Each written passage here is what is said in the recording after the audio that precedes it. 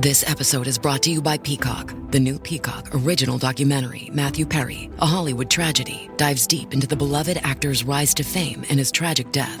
5 people, including Perry's personal assistant, 2 medical doctors, and an alleged Hollywood drug dealer known as the Ketamine Queen, were charged with conspiracy to illegally provide Perry with the ketamine. Explore the details of the case in this heartbreaking special, streaming now only on Peacock. At T-Mobile, our critical mission is providing unparalleled 5G coverage for when connectivity is mission critical. Introducing T-Priority, America's best 5G network experience for first responders, even in times of congestion. More capacity, faster speeds, better coverage. T-Priority from T-Mobile, built for tomorrow's emergencies, ready today. Discover more at t-priority.com. For qualifying organizations on eligible rate plans, coverage not available in some areas and may be impacted by emergencies. And I'm glad that I had the support that I did through like Right to Know, DNA Angels, my counselor, to handle it well. I think because if I did what I wanted to do in my mind, it would have been find out who he is, get a picture of him, drop him, and then immediately run to my family and be like, you all are bastards and liars. Right. I realized as an adult, like I was like, I don't want to do that. Right. I don't want that with this. I've already lost a lot. Right. To the point where I'm minimal to no contact with most people. I'm not going to do this again. And that's why I ended up waiting and just sitting with it. And it was the best thing for me to do because it gave me time to let it go. And when the time naturally came to have conversations, it was fine. Imagine spitting into a tube, sending off your DNA, and unknowingly turning your life upside down. For me and thousands of others, this is our reality. I'm your host, Alexis Auerselt. In July of 2021, I discovered that I am an NPE, someone who has experienced a non-paternal event.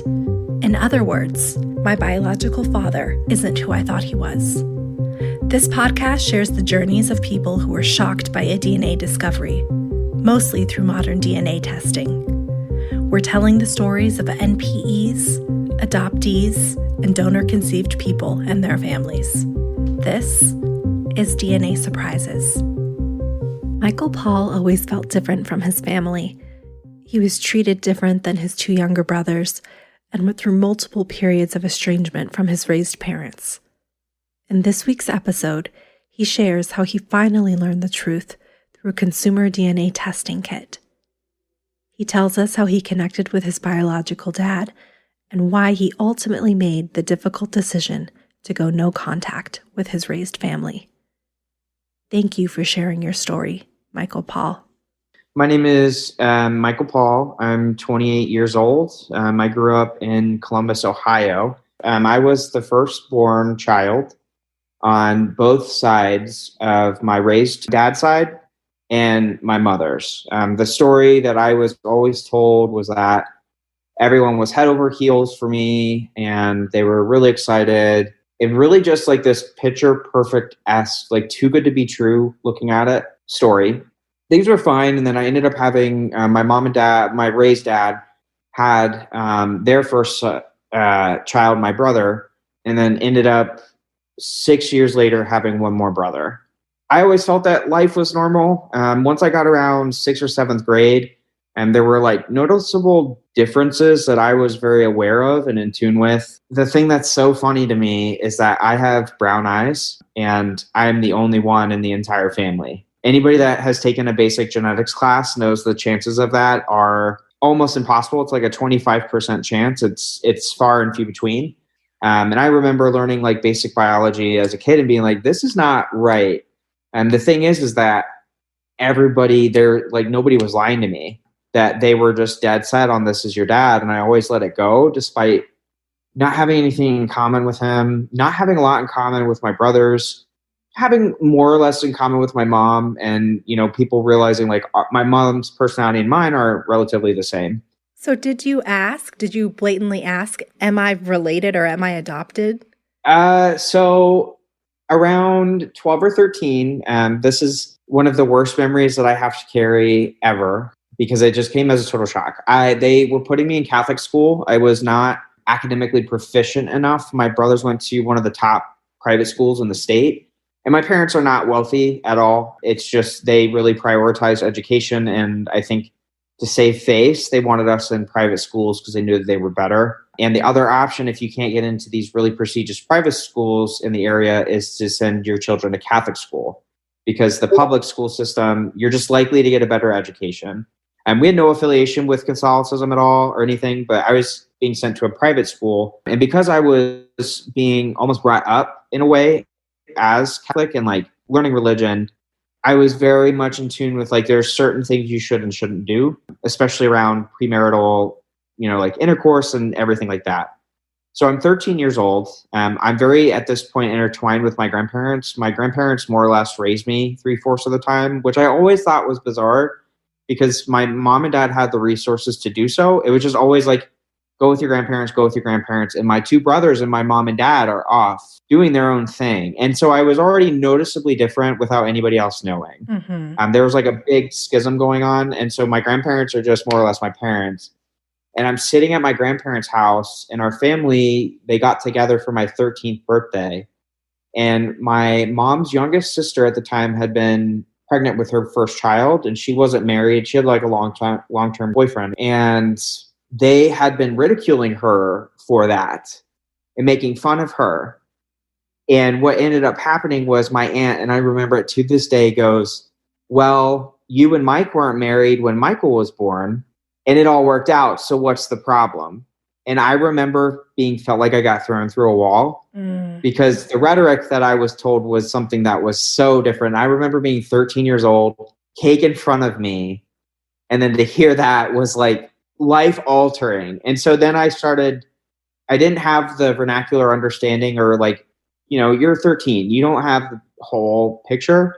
But like my little worldview, I went, something isn't right because this is not what I've been taught at school. And I just had too much trust to like not necessarily believe them.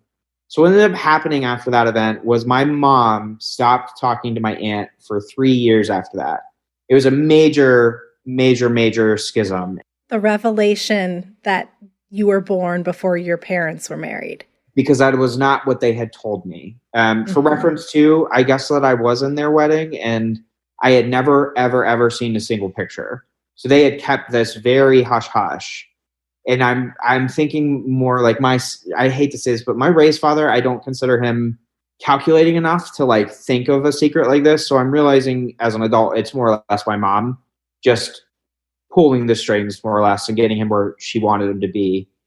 And I start asking these questions. I go, this isn't what I was told, what's going on? And I remember I was at my parents' house and I'm like crying to my mom being like, will you tell me what's going on? This isn't what you guys told me. And she offered no recourse. She completely shut me out, just kept watching TV. And then finally, I just remember just like a very stern, that is your dad. And that was it. So I go to my grandparents. And this was the initial story that I told that made me not question more, because it was close enough and they had enough conviction in what they were telling me that I had no reason to assume that they were lying. They told me that they were not married when they had me, and that they had initially come to my grandparents to tell me that she was pregnant. And they told me, which I ended up finding out was not the whole truth, was that they told them to wait to get married to see if they really wanted to get married.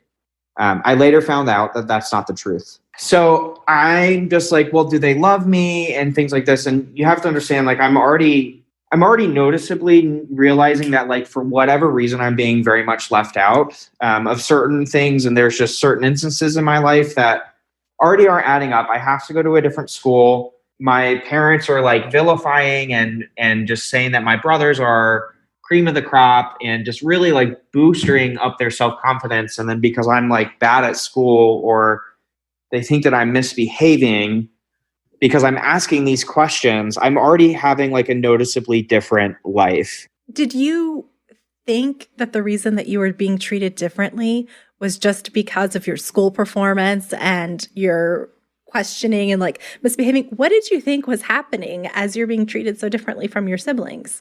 This is the harder part of it too, is that this is a very deep scar in my life, is that I was for sure a victim of child abuse. They were just neglecting my needs altogether. And I wasn't doing what my mom wanted. I think that my mom knew she had everybody in a certain corner the way that she wanted to. And I always resisted that. I always was against the grain. I wasn't like her other children. I love art. I was always working on some kind of a project. I had Legos on Legos on Legos. So interested in architecture and building things. And my brothers could not care at all. And so it was, I think, easier for her to just scapegoat it as I was a troubled kid and I was bad. And she was just keeping the whole truth. So I ended up being a victim of child abuse. And like that led to me constantly being tossed back and forth between my grandparents. And my grandparents, as troubled as they are too, were just like, well, he's our grandchild. And so they just would make sure I would go without. The example that I always give is just that my brother had a full-blown laptop. He was like maybe in 6th or 7th grade. And they just told me, well, you're a bad kid. And they gave him technological access to everything. And I was not allowed. I wasn't allowed to have friends. It was just a bizarre, like it was almost being like an only child. And so I'm going like, something has to not be right. I remember watching movies and being like, man, maybe that will happen to me. But because my grandparents were able to connect dots enough that made enough logical sense, and they told me in a way that I knew that they weren't lying or just keeping something from me, for the most part, I let that go. Okay. So that was my first inkling that something really wasn't right. And it really affected me for the rest of my life. I thought that something was wrong with me. Like, why are they keeping secrets from me? And at the time, I really just thought I was like a bad kid. But I wasn't. I was just different. And I was different because what I end up finding out is I just have a whole different dad. Exactly. Yeah. So I ended up keep going to a Catholic high school. I went to my raised father's alma mater, and they sent me there because it was the top Catholic school in the state. So I'm still Catholic. While I'm doing that, I'm in this rigorous academic program. I'm couch surfing, and the narrative is still the same, that I'm a bad kid. They're restricting access from technology for me. I ended up getting into a biology class. I'm like just proficient at biology. It was my favorite subject.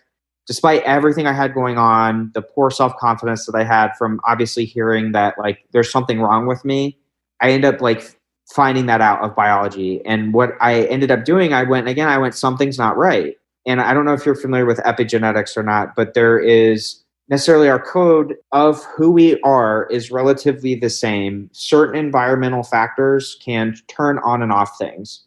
And my biology teacher at the time, because I mentioned this is really weird, they all have these cold blue eyes, and I don't. And it just makes me feel different. And he was able to tell me, and I was able to understand at the time. I was like 15. He was like, so you know that your physical expressions, some of them can be turned on and turned off. You just inherited your eye color on a different part of your chromosomes. And it was enough to keep me quiet, enough for me to accept that this man that I did not feel any kind of connection, similarly to my mother, like I had the absolute bond with my mom. Absolutely. It didn't matter what she did to me. It didn't matter what she said to me, how mean she was to me. There's no way that I could ever cross her. Never had that with my raised father. I did not like him from like forever. I can just remember I just didn't like him. And we were just so different that I was like, I have nothing to do with this man. So fast forward, I get through my crazy high school years where I'm like constantly back and forth, couch surfing, yada, yada, yada. I graduate. I end up going to university. And then I come back from Canada and I get back in touch with my raised grandfather. He ended up telling me that there is a whole family association and that they can trace our first ancestor back. I, again, I've never had anything in common with these, like with my raised grandparents on that side. And I wasn't ever very close to them, like always a little bit in and out. And he wasn't really around in my life. Like he was more or less just there, but it was like, we only really saw him on holidays. And so he's just that kind of grandparent. And I went, oh, awesome. I have something that I like that he's interested in right now. And my step-grandma is really into it. So I'll just go ahead and like one of my distant cousins, quote unquote, distant cousins said, yeah, you should totally do it because like every white family, there's somebody that claims that there's like a Native American somewhere in your tree. Yes. And I went, that is bogus. And I waited for these to go on sale, and I always wanted to do one. It finally went on sale in 2019. Grabbed it. I went, man, I'm just going to get this for myself for Christmas. I got it and did not end up putting it together. What I ended up doing was the pandemic hit, quarantine hits where they tell us you can't go anywhere. I'm so bored. I go, man, I'm just going to do this. Like, what's the worst that will happen? Like, it just gives me something to do and I can just resolve everything. I can get this whole Native American junk out of my family's head. No problem. I take it a month later, it comes back. Nothing out of the ordinary was expected. And as you know, like, and the reason I took it, like, was because Ancestry DNA has the largest commercial genetic database. So I knew the chances of it being accurate were really high. And that was the reason I had picked it, was because I just knew, I was like, it's most likely going to be correct. And with me being like privileged enough to say that, I would be able to know where I came from just because of like my ethnicity. And I have that privilege. So I said, whatever, I'll just do it. Nothing came out of the ordinary. I remember looking at the results, and we're, according to my family, like German and Scottish and Irish. That's like the big three. I had like no German. It was like 10% Germanic. And I remember texting one of my younger brothers, because I did end up like reconnecting a little bit with my youngest brother after I had been gone for like 7 or 8 years. I remember texting him and being like, somebody's like lying to me, because I'm way more English than I thought. And I end up texting my raised step-grandmother, because she's also really interested in my grandfather's genealogy too. I think it's just something that they have in common. And I ended up telling her, I was like, I think that somebody's like not telling the truth, because I'm way more English than German. And what I understand is that we're almost 100% like Germanic. And if we can like trace our family back to colonial times, I should not be this level of genetic like ancestry coming from England. TaxAct knows small business owners can sometimes use a little help with their taxes. That's why TaxAct has Expert Assist, a team of live tax experts ready to answer any questions you may have. Think of them as your own personal sidekick. Not like one of those funny talking animal sidekicks, more like the super smart nerding out on tax code and business casual attire sidekick, but just as helpful and lovable. TaxAct. Let's get them over with. Hey, what's up? It's Wanda Sykes. I'm here to remind you about something super important, getting your breast screened. Because trust me, your breast health should be a priority. Early detection for breast cancer can change the game, which is why you should visit yourattentionplease.com to learn more. And do me a favor, if you've already had a breast cancer screening, remind your friends and family to visit yourattentionplease.com too. We gotta look out for our girls. Right. And in my head, I'm thinking, wait a minute, 13, biology class, all of these things. And I'm like just joking with myself to like laugh it off. I ended up telling my grandma, I'm like, I think somebody is lying to me. It shouldn't be this high. And she ends up rationalizing out. And she's like, well, your grandmother was English. Your like grandfather's mom was English. And where you guys are from in Northern Ohio, because of how I was raised and being a couch surfer, and I also worked in sales for a while, I've learned there's verbal cues and instructional cues that people will give where I can inherently tell just by the way they're communicating with me, they're not telling the whole truth or they're outright lying. And I could tell, and she just had no reason to lie to me. I'm not close with her. I don't speak to her very often. So that I knew the chances of her lying to me were very low. And that side of the family, they don't operate the way that my mother's side does, which is very normal for them to keep information strategically from each other. Okay. And so I've just, because of how I grew up, I was like, well, she's not going to be lying to me. She has no reason to. I let it go. I was like, cool. It updated again, like 6 months later in July 2021, and it eliminated all Germanic ancestry as it updated. And I went, well, that is really weird. Nothing came up. I didn't end up having any like matches. Fast forward through this year, things are good. I've gotten promoted. New apartment, and I get a notification and I'm working and it says you have a new match. And I went, that's really weird. Maybe somebody just like took an ancestry DNA test. My test links to a bunch of people that I've never met and a man that is 50% shared DNA. Name I have never seen, never heard, nothing. And I look at it and I did a double take, and then I look again and like my world flipped upside down. because I had 3 different instances where I had been told there's no way. And I immediately stopped what I was doing at work, got up and went and called one of my closest friends. And I went and ended up saying, I knew it. I knew it. I knew it. I knew it. Look at this. Was it just like instant validation? What was that feeling when you first saw a match?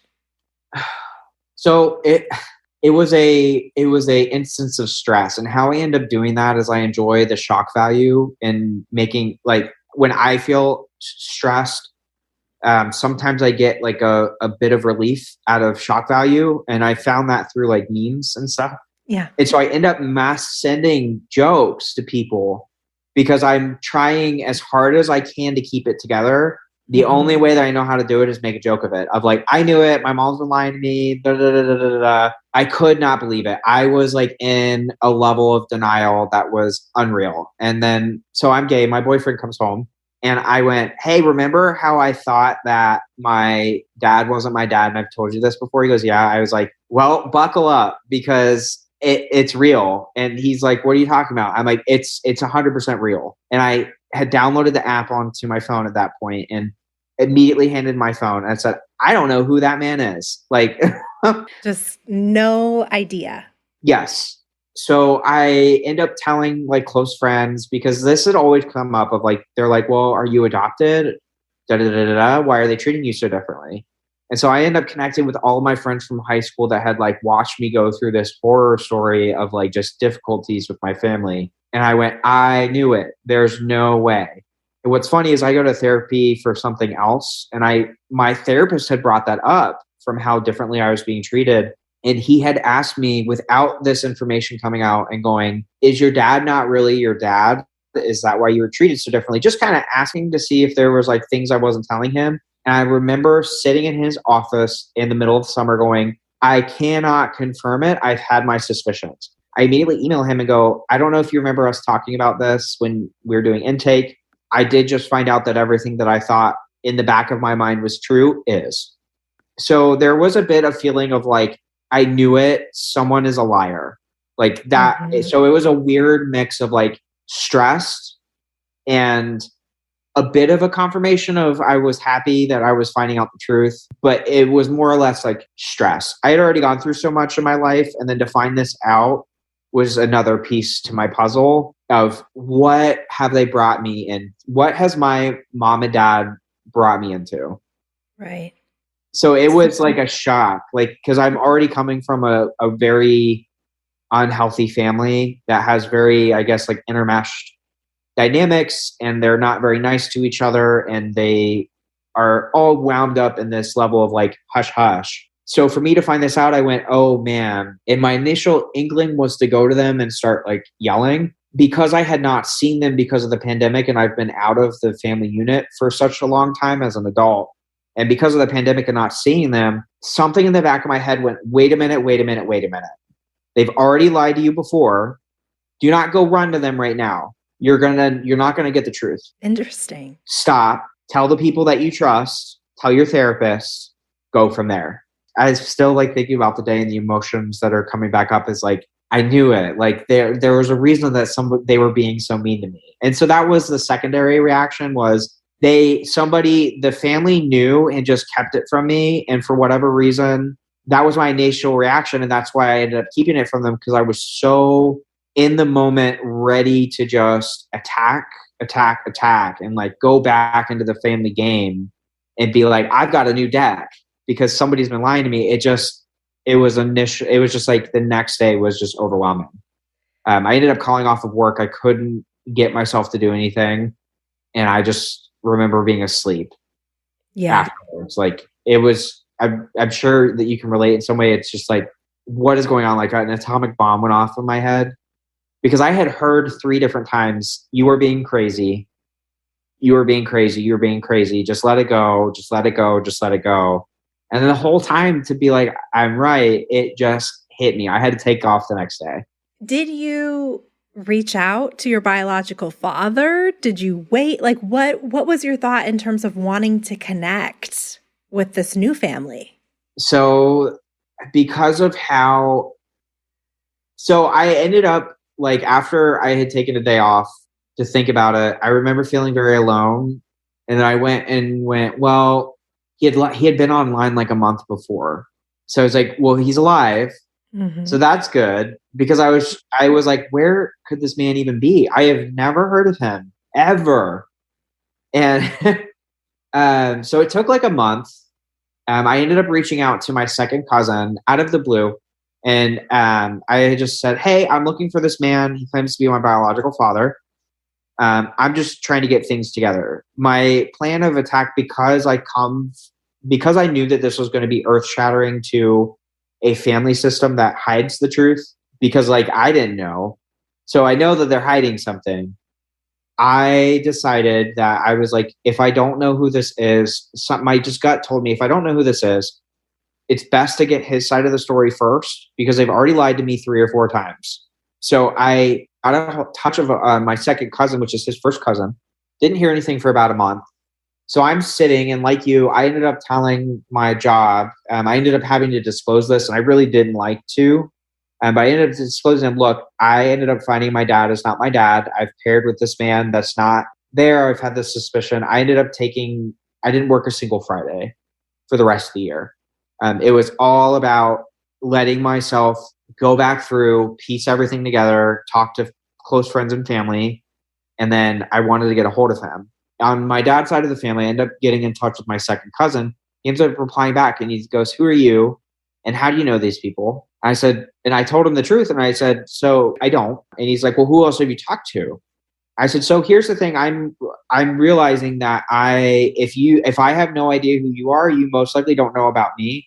I told him, I want to piece things together. And I knew that if I didn't know about you, you guys most likely don't know about me. I did not want to end up causing trouble for anybody. I'm just trying to figure this out. I think it's really exciting. I put a positive spin on it because I really am excited. A couple of months removed from it, he ends up going, well, where are you from? And we just hash out details. And he goes, oh my gosh, your dad lived in Columbus for a while. And he goes, oh dear. And so I ended up telling him, like, I was like, I'm completely real. You can connect with me on Facebook. Like, here's my Facebook. And I remember him going, you look so much like him. And he just goes, oh no. And he asked me one more time, who have you talked to? And I said, I have not talked to anybody. I did not want to cause a stir. I didn't want to shock anybody. I'm just trying to put the pieces together. And he ends up going, well, let me talk to your dad. An hour later, he goes, so he's completely shocked and has no idea. I go, okay, I'm just, again, trying to figure this out. This is exciting for me and a shock too. I didn't have any idea either. And I left him on a hanger of, I have all my mom's information. I want to line this stuff up. Here's my contact information. Have him contact me. Thanks in advance. I left it at that. I wanted the ball to be in their court. And because I, at this point, had been in support groups like Right to Know and DNA Angels, I had worked with them to make sure I could even find my dad. I had known the reality that it could not have gone well. And through therapy, I knew that there was a good chance that I could get a secondary rejection. And because what I had already been through, my parents had ultimately said their piece with me when I was 17. So I had already been rejected once. I knew I was not going to be able to handle a secondary rejection from somebody that didn't know me. So at this point, you have no relationship with your parents, as of when you were 17 years old? That's correct. So I started couch surfing when I was 15. I would come back and forth. And the reason that I held an address there was because Catholics really pride family to the point that it's unhealthy. And I had looked up the dogma of the school. I wanted to stay in the school. They told me, and it was inside of it, that you have to live with your family. So I strictly kept the address and everything specifically so that I could stay going to school. The only contact that I ever had with my parents is if they were randomly home when I was home, which was almost never, and things like that. So it had been years. I hadn't spoken to my mom or my dad. I've seen them for maybe a total of 3 hours in 10 years. I saw them once at a funeral. And then my youngest brother graduated high school. That was the last time that I had seen them. So it had been 3 or 4 years by this point in 2021. Okay. So you had braced yourself for your biological father to potentially reject you in the same way that your parents had. Yes, I was, because of the association with parents, like my mind, because of how rough I had it, parents equals bad. That's just how my mind processes things. And I remember being like, he's not going to contact me. And I remember going into therapy and my therapist was like, you need to stop looking at your screen because you have given him enough information that he will contact you. He has to be curious. A week later, I get a text. Hey, this is George. I understand we share some DNA. And I ended up calling him. Then I was like, I'm free right now and available to talk. Like, I would love to figure this out. And I was like very positive about it. He goes, okay. And called me right then and there. I was so surprised because I was not used to that kind of kindness out of somebody that I would register as family. Mm-hmm. I just wasn't. Like, I wasn't used to somebody just being polite and courteous, and they were so nice. It was just bizarre to me. So I get on the phone with somebody that has that's the way I describe it to people. I was like, I never thought I would hear my voice come out of someone else's mouth. Oh, wow. And that was the thing that was funny. And I joke with people, like, I always used to be like, well, I'm the mystery. And like, I don't really know what I'm going to look like. And that was exciting. And then I'm talking to my dad and it was the most affirming thing I've had in my adult life. But part of me is like, oh man, now I know like what's going to happen to me because like I found my biological father and if he has the same voice as I do. And that was the thing, like I didn't sound like my family. And I remember saying things like that, like, I don't really sound like them. Like, when is this going to happen to me? And it never did. And then to hear like within 5 minutes, somebody's voice that is to a T almost like mine, it was the most affirming, but in the same way, like life altering moment of my life. Yeah. What did he say? So I'm kind of laughing with him. I'm like, so, initially I thought that this was a joke because I had done my research. I had looked on Ancestry DNA and been like, no, there's got to be a fluke. Like these things happen. I've worked with my DNA angel 1,000 times over. And she's like, I think that you're experiencing denial. Cause I remember going back and forth with me, like, there's no way that this is right. And so I tell him that I'm like, so when I first attempted to contact you on Ancestry, I was really thinking that this was a mistake and I'm realizing now it's not. And he goes, yep. He was like so calm and confident about it. And I ended up like getting the pieces together and I go, so this is my mom. Her name's Michelle. I understand that you live in Columbus. And he was very honest and was like, so I've known a couple of Michelles, but I don't know any last names. Because I ended up telling him what her maiden name was. I had it all scripted. I just dropped it and went, you know what, can I just send you a picture really quick? And he's like, yeah, that's fine. I sent her a picture of the last time that I saw her. So give it 25 years since their encounter. Mm-hmm. Without pausing. He goes, yeah, that's her. I had like a relationship with her. I sunk. Like I remember feeling like Mario when he gets smashed by the blocks. Yeah. Like just shrunk, like flattened. And I held my composure and kept it together. I went, okay, wow. Like I just said, wow, I didn't know what else to do. So that's when he starts going and he just like real politely goes, well, can I ask you a couple of questions? And I was like, yeah, sure. And he goes, so how did you get your last name? And I ended up telling him, I was like, well, they got married like after I was born. And I was always told that was my dad.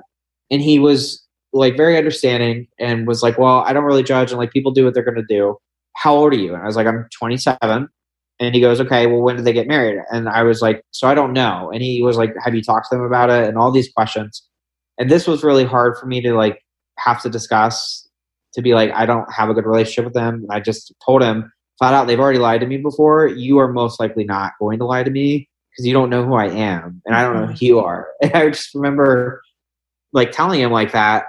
And then we ended up piecing together was that they lived in the same apartment building. They weren't close, but they would go out together. That was how I was created. It was just a thing, but they weren't very close. Kind of a casual relationship sort of thing. very casual. Okay. And I go, well, that doesn't make sense because they told me that they were together and everything when they got married. And what we ended up piecing together was that my mom was in a relationship with my raised father and just didn't say anything to my biological father. Okay. And I went, that makes the most sense. And now he does not know this, but I'm remembering like in high school, my mom had a couple of affairs against my raised father. Mm. And so I went, oh my gosh, I'm one of her flings.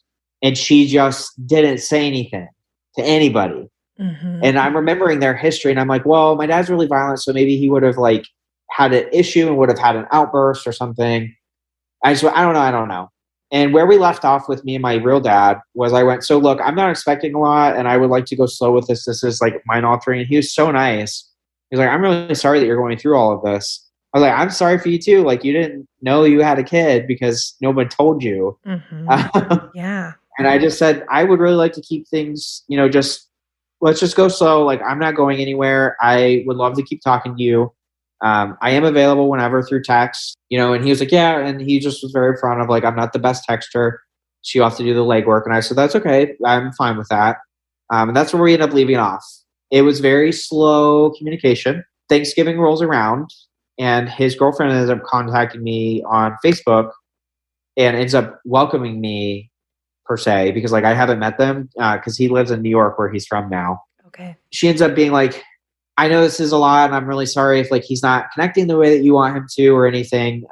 He does take a minute to warm up to people, which is funny because that's the same thing for me. I'm very cautious of people before I'll really open up. And I just like told her, I was like, I'm more happy than anything that he's willing to talk to me. This is awesome. And this is really exciting for me. And thank you for being like open and welcoming me. And so they've been like really, really nice through the whole thing. So moving forward, like with him, he knows my birthday. He told me happy birthday. I turned 28 last week. Happy birthday. Thank you. And, he's like, happy birthday, young man. And like, we talk. I ended up adopting a dog over Thanksgiving. And like, I sent him pictures of my dog. So it was a very casual relationship. But like, the thing that's so funny is I finally got a picture of him. And my second cousin was so correct. I call it like a joke, like psychic damage, because my head physically hurt seeing someone that looks like me. Yeah. This man has my body if I was 30 years older. It was insane. And like I got physically sick from it because I just never was able to find that biological mirroring. Mm-hmm. That's important. At that point, I start to get really angry at my mother. I grew up and I butted heads with her constantly. I just, like I mentioned, I never did what she wanted me to do. My interests were not what she wanted me to be interested in. I was so creative and so interested in art, and she wouldn't let me do it. I used to have artwork all up on my walls in the room that they let me have, and she took it all down and she would not let me draw. And I just remember being like, you robbed me of the potential that I was supposed to have. And this is where the story ended up progressing a little bit more, is after I had that phone call, I'm bawling because I'm like, oh, this man is a professionally trained carpenter. I was constantly building forts. I had won like a couple of medals in middle school for like when they do like stress tests for architecture. Mm-hmm. I had gotten first place in so many of them. And I remember always being fascinated with Legos and building and projects. And I loved cars. Come to find out, this man has 5 motorcycles. He's a professionally trained carpenter. I go, that's really funny because I remember constantly being grounded or in trouble for creating things. And so I got so angry because I went, she robbed me. And so that has followed me even up to this point of how much did I lose? Mm-hmm. On the other side of the coin, I'm really thankful that my mom's secrets didn't cause so much damage that I didn't get a chance to talk to my dad. That's the most that I'm grateful for out of all this. I found him. He hasn't rejected me. The relationship is casual enough that like he replies pretty quickly now to my text messages.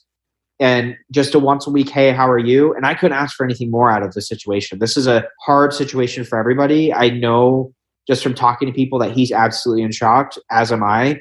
And like, that's the most rewarding thing out of all of this is that I found my dad. It's not too late. I'm young. Mm-hmm. And he's willing to talk to me. And like, even to this day, on the side of like my mom's problems that she tied me into, those are relatively gone. And I'm like, man, I got the golden egg of the situation because my dad hasn't written me off. And come to find out, on my dad's side, his sister and him, they had no known children between the two of them until me.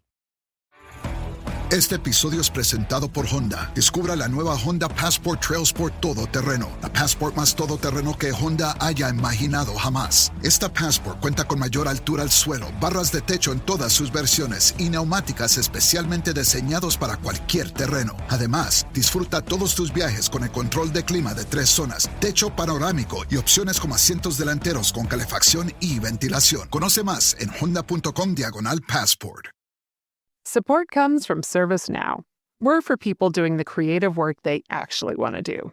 That's why this ad was written and read by a real person and not AI. You know what people don't want to do? Boring, busy work.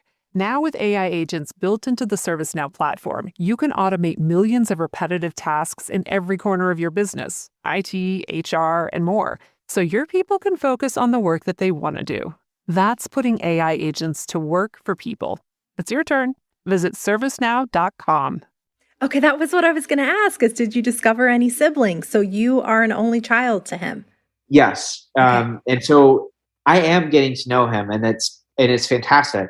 I don't know if that's, a factor for him of like the realization. I'm sure it's the realization of like, well, shit, I've got a son, excuse my language, and it's going to pass on, it's not the end of the line. I'm sure that his whole narrative is just completely washed away. So that side of like finding this new family has been a blessing. I've never had a no strings attached relationship with a family member like that, where it's not like, well, what did you do for me? What did I do for you? Or in my family, I was always the loser. And like, it's not like that with him. Do you have any plans to go see him? So I haven't talked with him yet. I'm going to go see Charlie XCX in New York City in April. Awesome. I want to bring it up to him that I will be around in New York.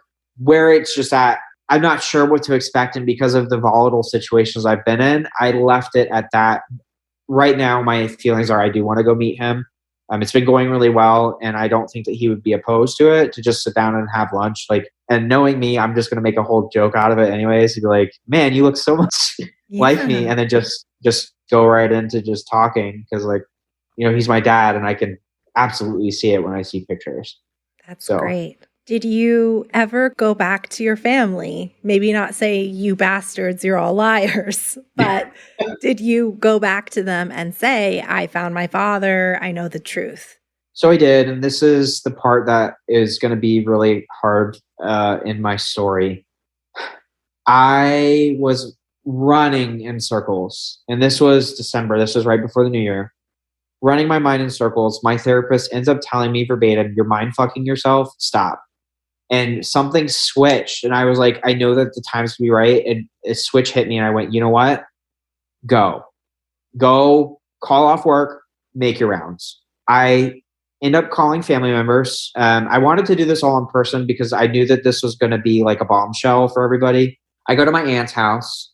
The funniest thing happens. I end up going, and she's watching daytime court shows, and it was about paternity tests. Of course. I'm not kidding.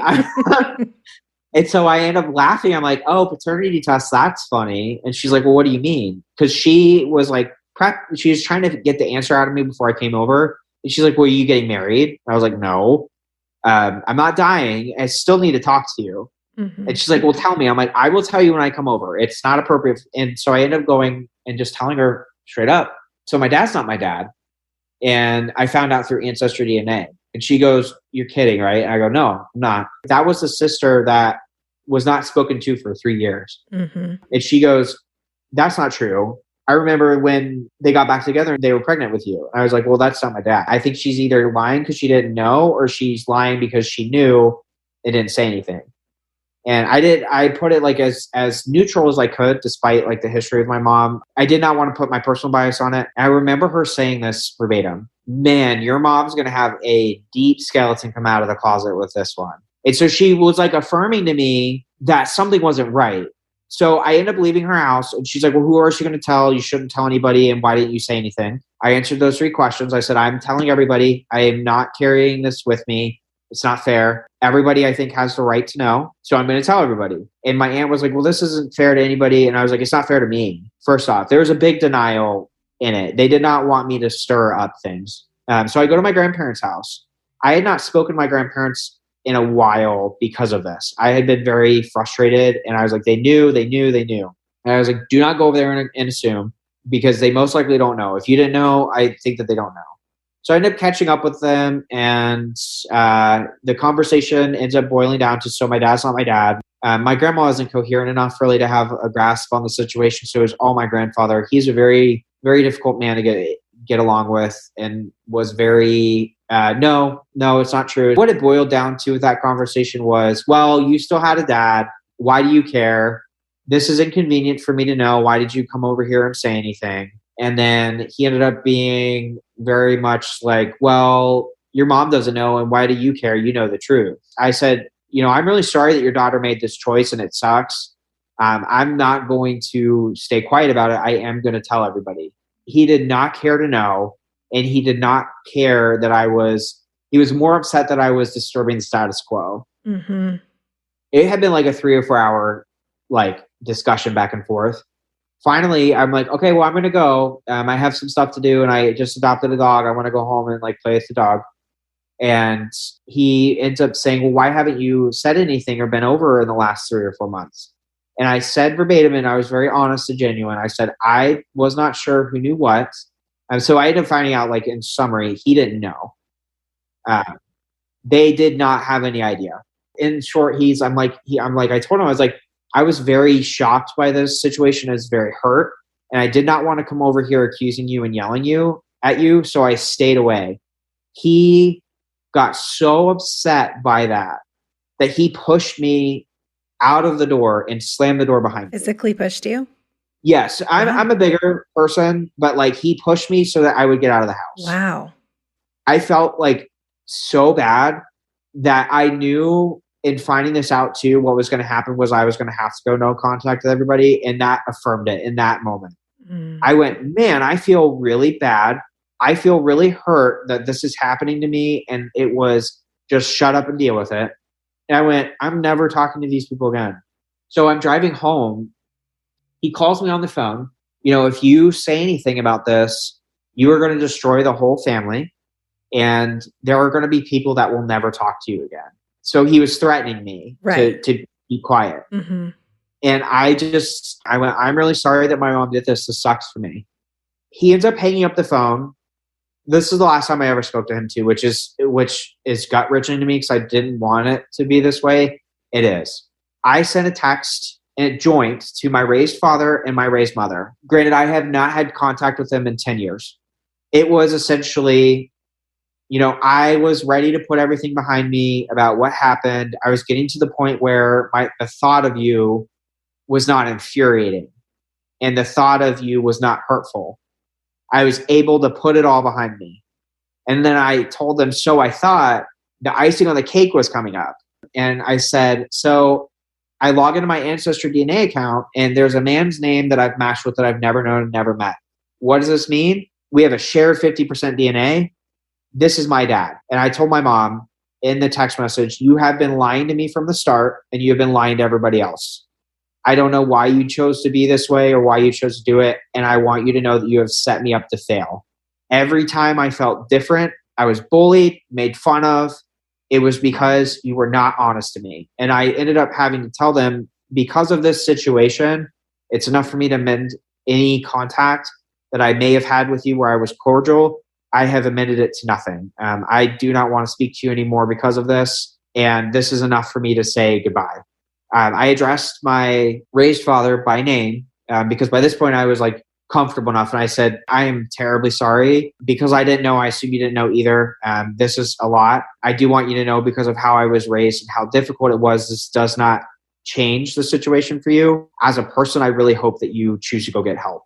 And I sent them resources for therapy. And this is why I'm saying my story is complicated, is because there was already an abuse cycle that I had managed to mostly get out of. And I knew that this was going to be goodbye, because this was the last straw for me. I was like, there's no way they have dug me into another problem. I was like, there's no way. I'm 28 years old and like my life shouldn't be this stressful. Right. And you still did the work of sending them resources to like get help. And that's how I knew that I was done. I've done a lot of research of going no contact. And the trend that I found was when therapy resources start being sent to the offending party, it's pretty much done. It's like, and I was just like, I can't deal with this anymore. This isn't even my problem. And here I am. And she's just robbed from me. So I ended up sending them the resources. I'd send them articles of like, this is not wrong. I sent them the resources and I told my mom, read these resources. And if you want a reason to know why I do not want anything to do with you ever again, go back and look at this. You were never honest to me or anyone else. So did they respond? So I did not let them have the choice. I did block them Okay. because I had an issue with harassment with my mother to the point that I had to ask the police to have her halt contact with me. And it makes me really sad. And why I say that is because I understand the value of family. And I never, ever, ever, even when I was younger from the get-go, I never wanted it to be this way. I remember asking myself always, why? I had talked to my raised grandfather because I was like, at this point, I was like, I am not carrying this with me. And really, the person that cares the most does not hide the truth.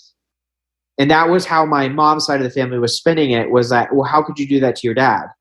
My raised dad. Right. And I told them, I was like, so I am considering his feelings and I'm doing that by telling him the truth.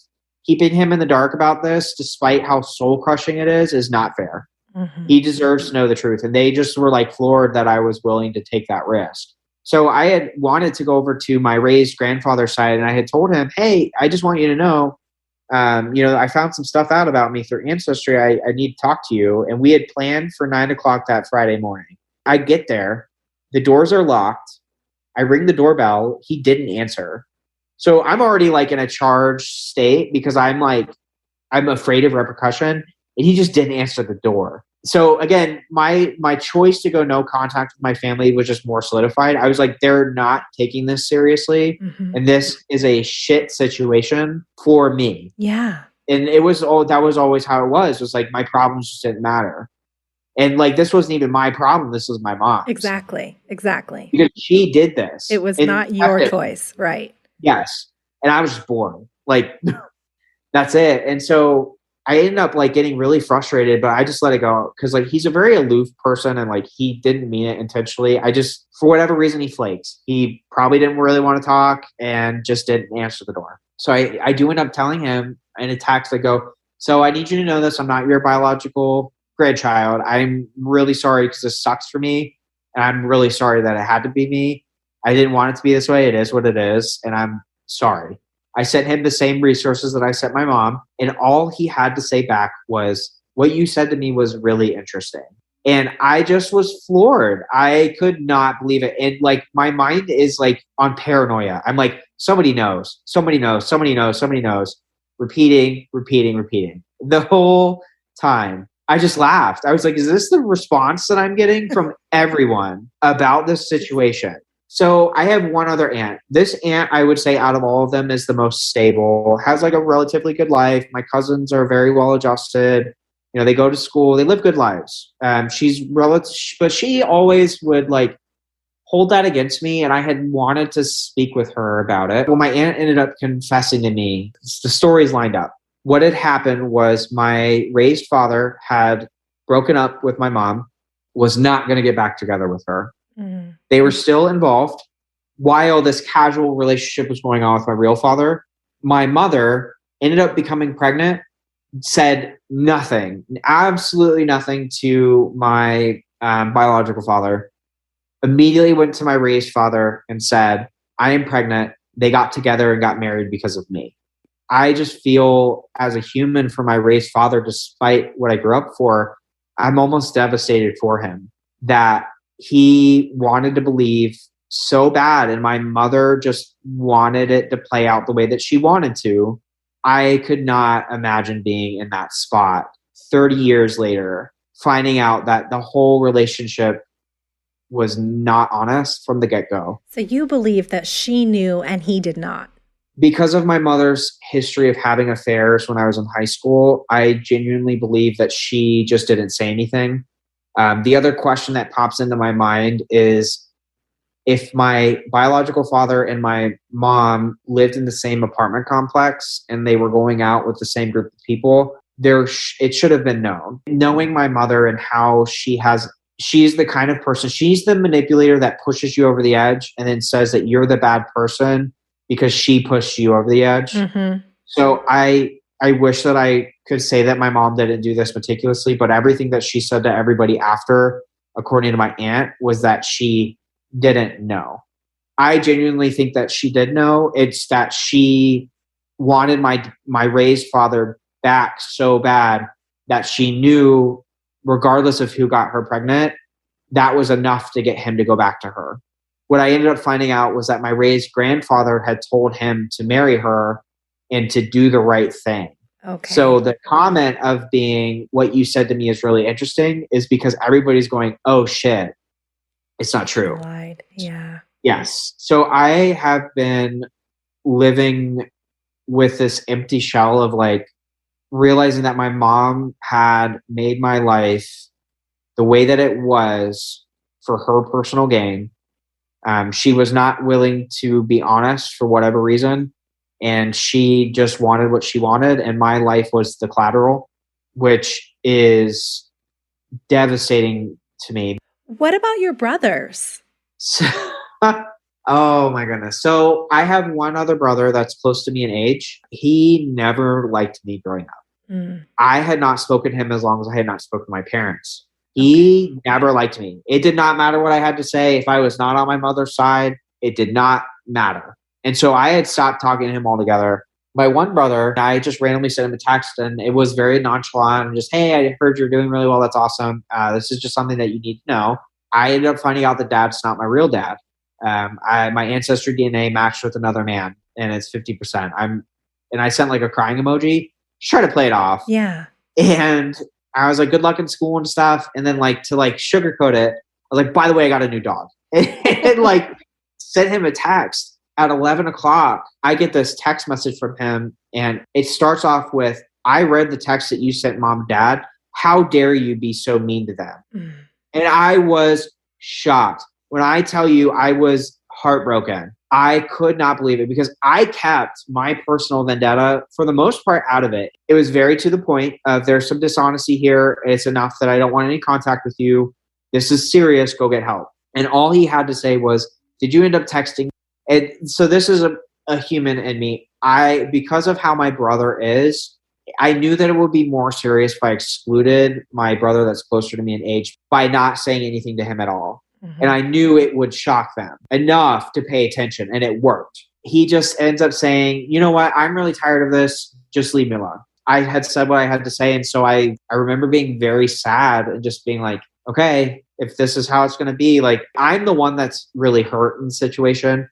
And my mom has him so wrapped up that she had managed to make it look like I was the bad guy for calling her out on her choices. I still couldn't believe it. I wasn't surprised because of how I grew up. That's how it always was. It didn't matter what I did.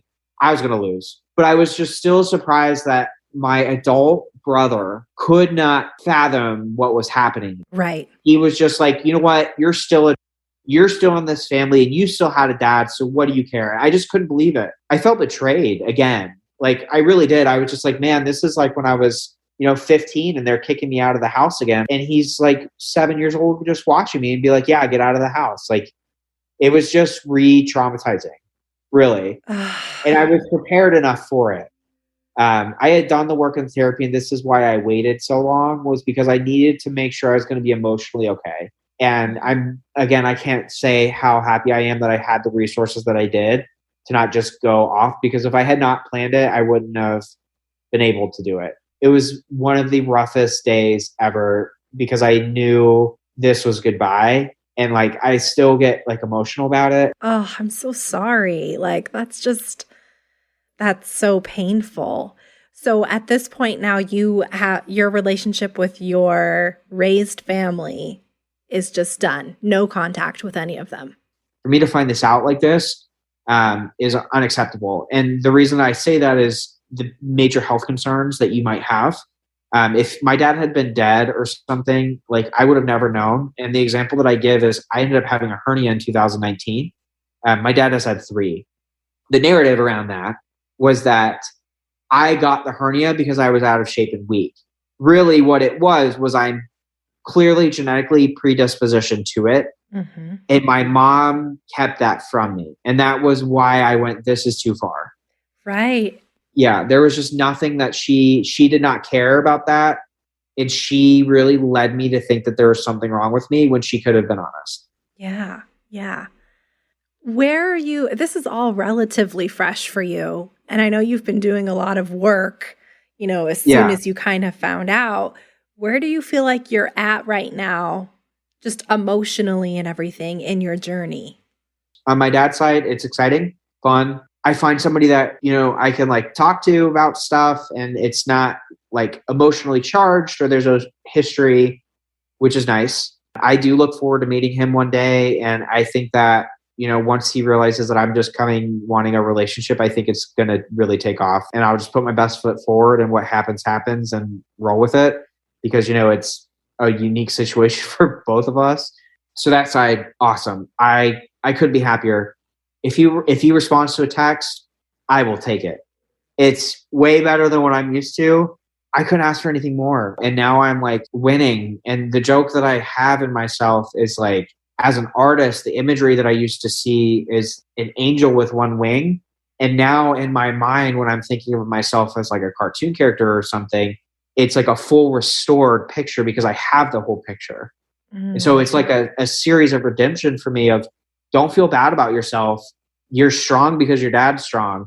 You like projects and you're creative and you can design because he designs. And just knowing and like being able to see precursors of like what to look out for with health, I will absolutely take it. I have won the lottery in the NPE story on that, and I could not be more grateful. And I get so much support from people. And really, if I didn't have the support, I wouldn't handle it as well. So it's awesome. On the flip side, there is the sad story of a child that was brought into a mother's game, losing everything. And that has been excruciating. I can't stop thinking about it. I go through and like, I just still can't believe that she did this. And like, part of me wants to go back to try to like fix it. But as an adult, I just know you did what you needed to do. You, as hard as it was, you considered everybody's feelings by being honest. Mm-hmm.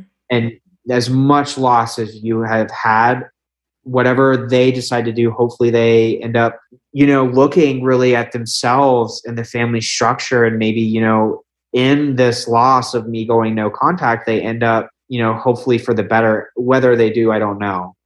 What advice would you give a parent that is keeping a DNA surprise from their child? So really, it's just downright honesty.